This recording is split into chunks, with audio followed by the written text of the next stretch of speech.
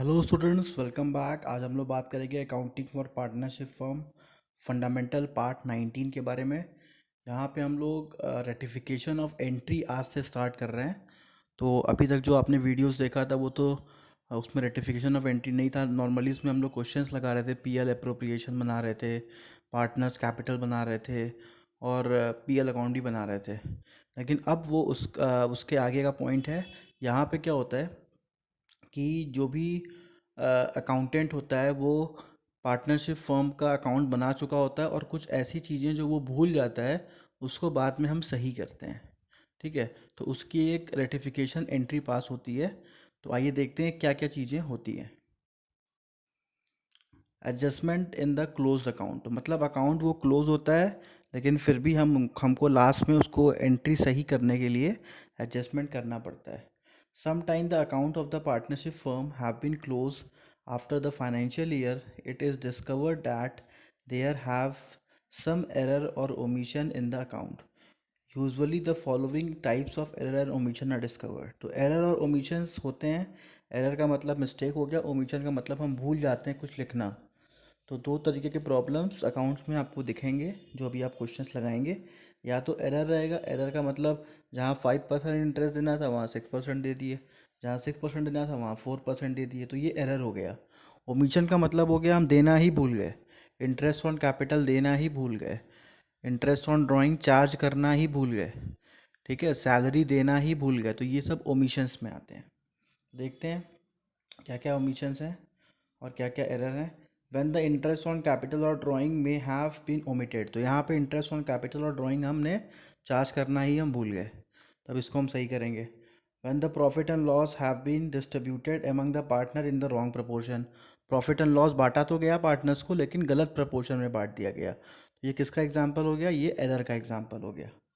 when the profit sharing ratio have been altered with effect of the sum past date, मतलब हमने profit and loss का ratio change कर दिया था लेकिन गलती से हमने पुराने रेशियो में बांट दिया। तो ये भी हमारा एरर का एग्जांपल हो गया।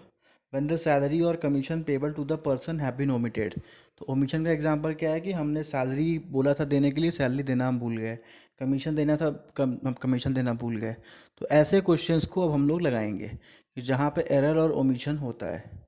ठीक है, तो हम लोग बहुत ही बेसिक से स्टार्ट कर रहे हैं, एकदम एकदम सिंपल सिंपल क्वेश्चंस रहेंगे। तो कोशिश आप ये करिएगा, जो भी क्वेश्चन है ध्यान से पढ़िएगा।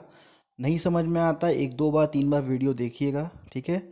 और उसके बाद जो पीछे क्वेश्चंस दिए गए हैं उसको ज़रूर लगाइएगा, उससे आपका कॉन्सेप्ट्स क्लियर हो जाएंगे।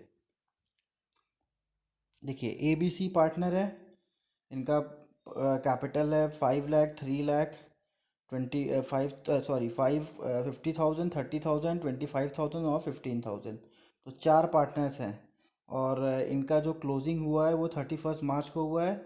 31 मार्च को क्लोजिंग के बाद इनको पता चला कि इन्होंने 10% का इंटरेस्ट ही नहीं दिया, इंटरेस्ट ऑन कैपिटल देना भूल गए।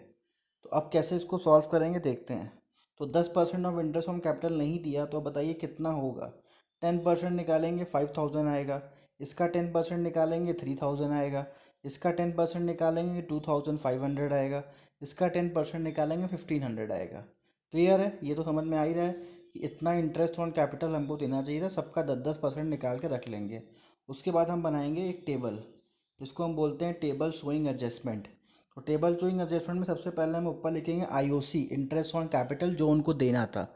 तो जो उनको देना रहता है वो हमेशा हम क्रेडिट में दिखाते हैं, तो उसका बैलेंस क्या होता है? क्रेडिट।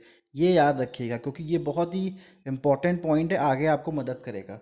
तो इंटरेस्ट ऑन कैपिटल का हमेशा से क्रेडिट बैलेंस होता है। ये वर्ड याद रखिएगा, क्यों? क्योंकि ये पैसा हमको इनको देना था।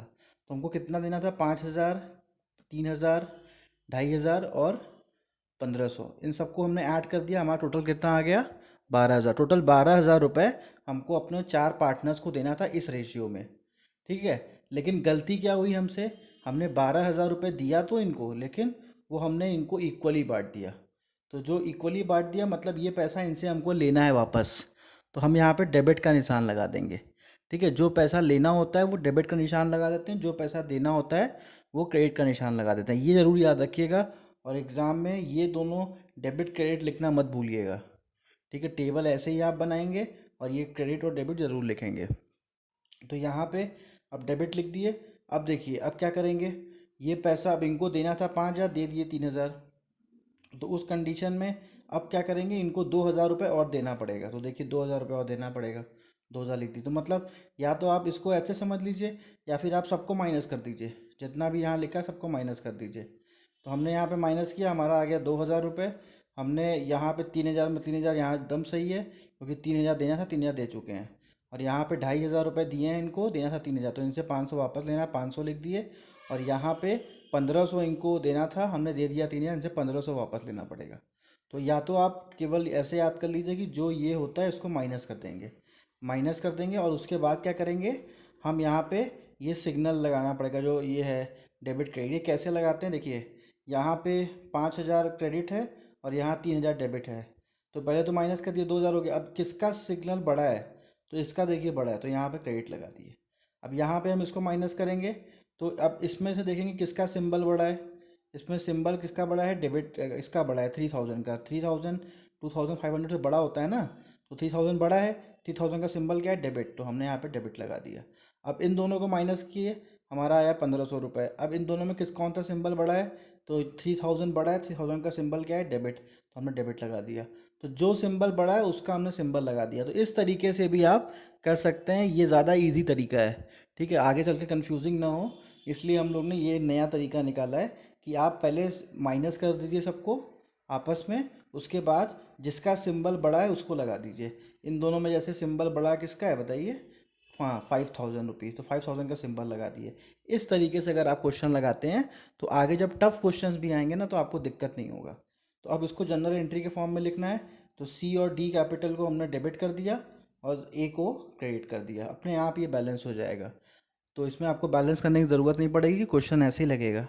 ठीक है, तो यहाँ पे कोशिश यही करिएगा, क्या क्या है आपको याद करना है। मेन आपको यही याद करना है कि आईओसी जो होता है, जो चीज़ हम देते हैं वो क्रेडिट होता है, और जो गलत एंट्री होती है जो उनसे वापस लेना होता है वो डेबिट होता है। ये दो चीज़ आपको याद रखना है। उसके बाद तीसरी चीज़ जो आपको याद रखना है, वो याद रखना है कि माइनस किया जाता है।